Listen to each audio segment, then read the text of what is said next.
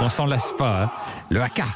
Nous sommes en Nouvelle-Zélande sur Europe 1 jusqu'à midi aujourd'hui, parce que chaque jour nous voyageons avec Jean-Bernard Carrier du guide Lonely Planet. Alors, bon, je sais que vous adorez la Polynésie, Jean-Bernard. Oui, c'est mon fief.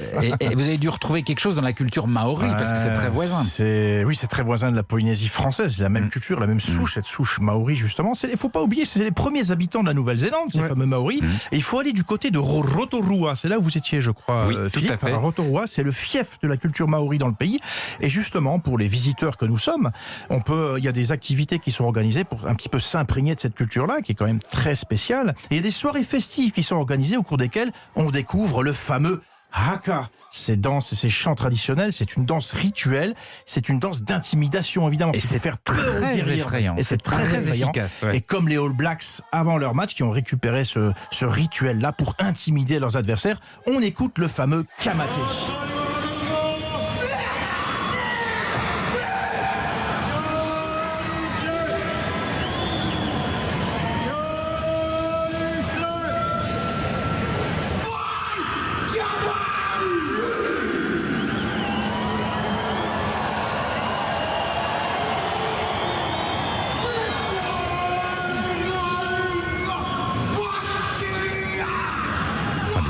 Voilà, ça c'est la danse d'intimidation, la danse d'ouverture. Du tout envie d'aller s'y frotter. Les paroles, je les sais. C'est la mort, c'est la mort, c'est la vie, c'est la vie. Voici l'homme poilu qui est allé chercher le soleil, il a fait briller de nouveau. Faites face en rang, faites face en rang. Soyez solides et rapides devant le soleil qui brille. Voilà, c'est vraiment pour terroriser l'adversaire. Et ce qui est marrant, c'est que même quand l'équipe féminine de néo-zélandaise, mais ça fait peur parce que, en plus de la puissance du geste, il y a le visage avec les grands yeux. Ils sont possédés, ils sont comme possédés. Ah ouais, et c'est vraiment une connexion avec leurs ancêtres qu'ils ressentent quand ils dansent cette danse-là. Donc c'est vraiment très vécu de l'intérieur, Philippe. C'est pas du folklore, évidemment. Hein. Et ça fiche la trouille. Et ça, moi j'en ai la chair de poule. Pas vous, Jean-Bernard. La chair de cacapo. Alors, donc je vois que vous êtes assez porté sur l'adrénaline. Vous avez d'autres choses en magasin? Oui, parce que la Nouvelle-Zélande, sachez-le, c'est quand même la capitale des sports loisirs, des sports nature, des sports extrêmes, on peut même le dire. Et il y a une ville qui s'est spécialisée là-dedans. Donc si vous allez dans l'île du Sud, elle s'appelle Queenstown. On n'en a pas encore parlé de cette ville d'ailleurs, parce que justement le décor, lui, il est superbe. C'est un décor de montagne grandiose. Il y a un lac et c'est un terrain de jeu géant pour tous les amateurs d'adrénaline justement. Et en plus là-bas, on manque pas d'imagination. Vous pouvez bien sûr faire de la randonnée, de VTT, rafting, parapente. Il y a deux activités en particulier que je vous recommande. Ils sont vraiment spécifiques à là-bas. C'est le saut à l'élastique. Il y a plusieurs sites. Et il y a le Nevis Bungee depuis Nacelle à 134 mètres d'altitude au sud de la rivière Nevis. Voilà, 134 mètres d'altitude, c'est un des plus grands sauts à l'élastique du monde. Et il y a même une déclinaison, parce que les Néo-Zélandais sont très inventifs quand il s'agit de sport de loisirs. Et ils ont même créé une espèce de balançoire gigantesque qui fait 300 mètres. Vous voyez, une balançoire sur 300 mètres. Voilà. Vous êtes évidemment harnaché à la balançoire, mais je laisse imaginer un petit peu la sensation. Je préférerais faire ça que le saut à l'élastique. Ouais. Ça, vraiment, c'est connu. Queenstown, vous allez pour ça. C'est dingue. Et à Queenstown aussi, comme je vous l'ai dit, il y a un décor montagneux avec plein de rivières. Vous pouvez faire ça s'appelle du jet boat, voilà, c'est des rivières tumultueuses et vous allez à 90 km/h, une espèce de moteur hors-bord, un bateau hors-bord, entre les canyons. Donc vous avez un pilote qui vous fait des espèces de dérapages, des retournements, etc. entre les parois, âme sensible s'abstenir. Mais ça fait vraiment partie de l'esprit du voyage en Nouvelle-Zélande, la culture des sports extrêmes. Moi, il y a un autre truc que j'aime bien faire en Nouvelle-Zélande, c'est dans les rivières, c'est partir avec des chercheurs d'or. Ah, c'est pas mal ça. Il y en a beaucoup, et donc vous partez avec des grosses pompes, et alors c'est la chasse au trésor, et vous avez les yeux qui brillent chaque fois qu'il y a une petite pépite qui surgit. Et vous en avez ramené, c'est moins physique quand je même. Je vous dirai pas. C'est quand même moins costaud, c'est moins physique quand même. C'est moins physique, mais ça me convient mieux. Ah oui. On va vous faire les poches, Philippe. On va vous faire les poches. Il y a peut-être des miettes d'or qui restent.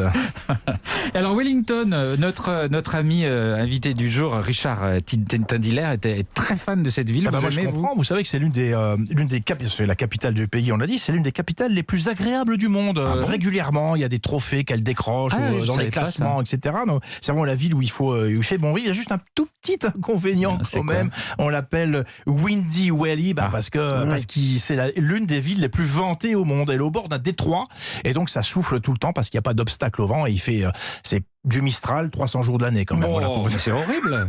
Mais comment ça peut être une des villes les plus agréables du monde parce dans ces que conditions ? justement, il y a une scène artistique qui est très dynamique, il y a une touche bohème, il y a un côté innovant sur le plan artistique et culturel. Ouais. Et puis, ma chère Nathalie, vous allez rigoler, c'est aussi la capitale de la bière artisanale. Ça la rend fort sympathique, cette petite ville.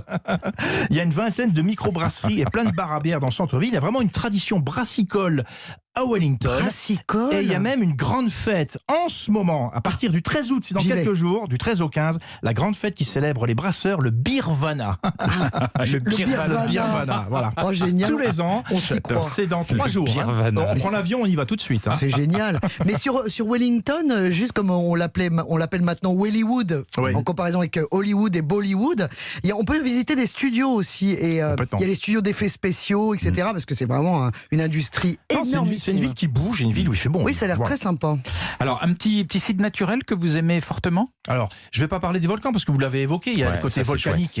En fait, c'est la géothermie. Hein, la région de Rotorua, là, c'est incroyable. Exactement. Ça fume de phénoménal. Ça bouillonne, c'est spectaculaire. Alors, si on va sur l'île du Sud, moi, j'ai vraiment un coup de cœur pour un parc national qui sort du lot, c'est le Westland Taiputini National Park. Alors là, c'est vraiment un monde à part. C'est classé au patrimoine mondial de l'UNESCO. On y vient pour une seule chose, un glacier. Le glacier, il s'appelle le Franz Joseph Glacier. C'est un colosse gigantesque, pas très loin de l'océan, ce qui fait aussi une particularité. Et surtout, il n'y a aucun accès. Donc le seul moyen de l'observer, de l'approcher, il faut réserver une sortie en hélico. Ça doit coûter cher. Non, c'est 150 €. Alors, c'est pas écolo, c'est sûr. Mais avec l'hélico, il vous dépose en haut du glacier. Et là, vous pouvez faire une randonnée avec un guide dans le glacier, enfin sur le glacier, et ensuite repartir. Non, parce que les guides connaissent évidemment tous les accès, etc. C'est dangereux si vous ratez le retour de l'hélicoptère. Oui, parce que là, vous restez vraiment prisonnier. Et l'autre solution, c'est de réserver un survol en petit avion, un survol panoramique, voilà, comme ça, pour apprécier les dimensions vraiment impressionnantes du glacier. C'est une espèce d'immense langue blanche, et c'est enchâssé au milieu des montagnes et des forêts. C'est très, très spectaculaire. C'est vraiment mon coup de cœur. Et c'est vrai, alors moi je vais pas aller sur celui-là, mais c'est vrai que quand on a l'occasion de pouvoir descendre en randonnée dans un glacier, on descend dans des crevasses, et le bleu de la glace au fond des crevasses, c'est un moment unique. Ah, c'est magique, il faut l'avoir vécu ça. Alors ce qu'on a vécu, ça c'était l'île du Sud.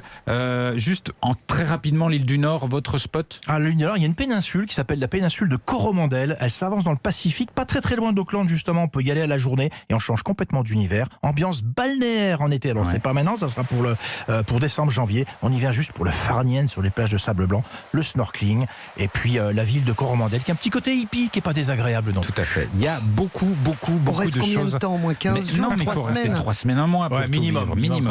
Puis avec l'avion qu'il y a, il faut rentabiliser un petit peu. Merci beaucoup les amis.